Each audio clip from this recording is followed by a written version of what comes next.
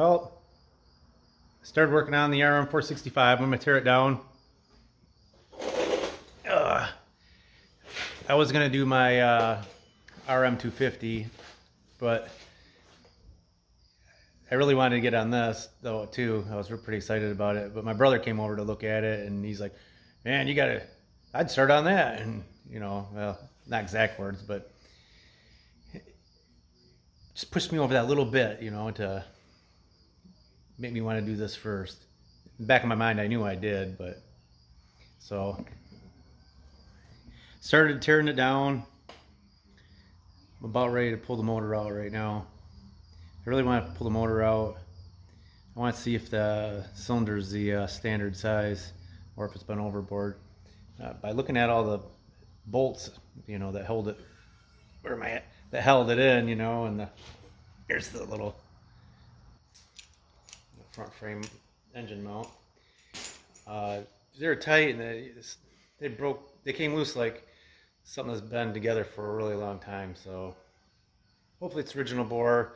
And I looked inside the exhaust port because I have the expansion chamber off, and the cylinder looks pretty decent still. So, and last video I looked at through the intake, and it looked pretty good through there too, except for the piston. It has some corrosion on it.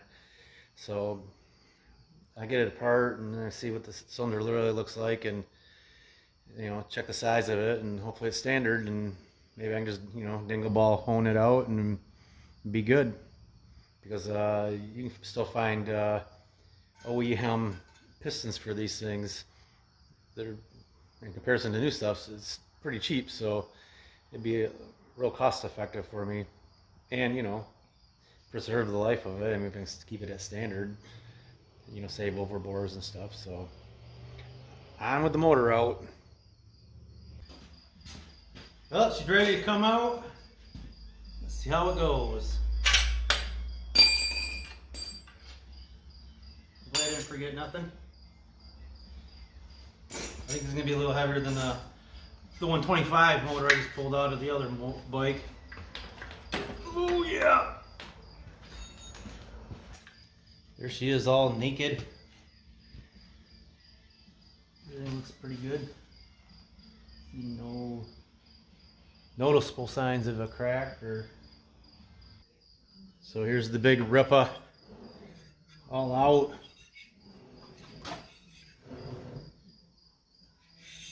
Next spring should be ready to make some noise.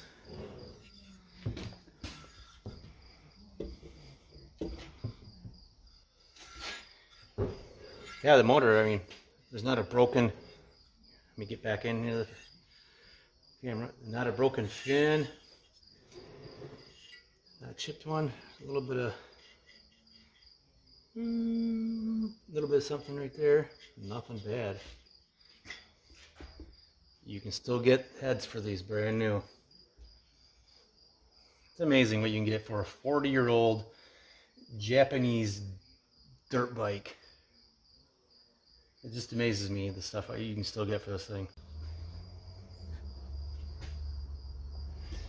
So I just got all the head bolts off. And one goofy thing, which leads me to believe that someone had the head off before. 5 of them were these little flange nuts, and one was a washer with just a regular nut.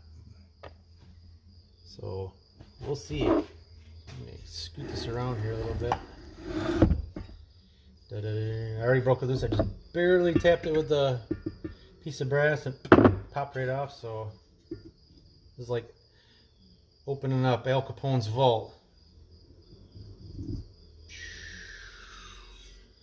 Look at that. No real signs of detonation.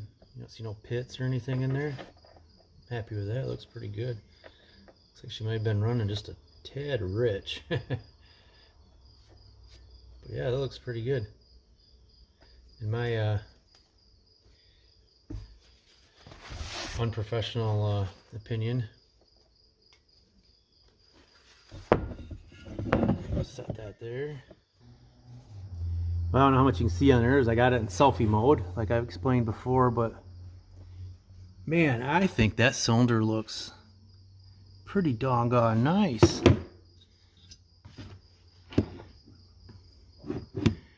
I think I can get away with just a ball hone, which of course I don't have one that size, but it looks pretty good. I'm really happy because the thing has like 0 compression.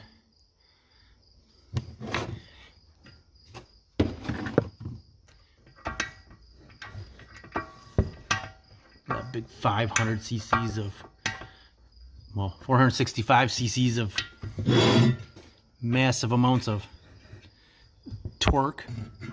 Come on, cooperate.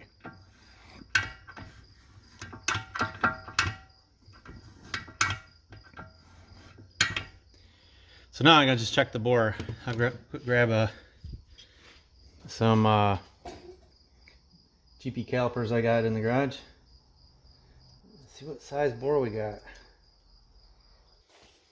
So let's see here. This bad boy in metric.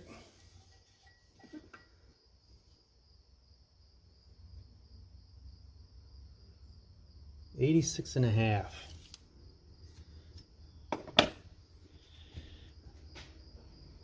$86.5 doesn't help me out a whole lot because I don't know what size it's supposed to be.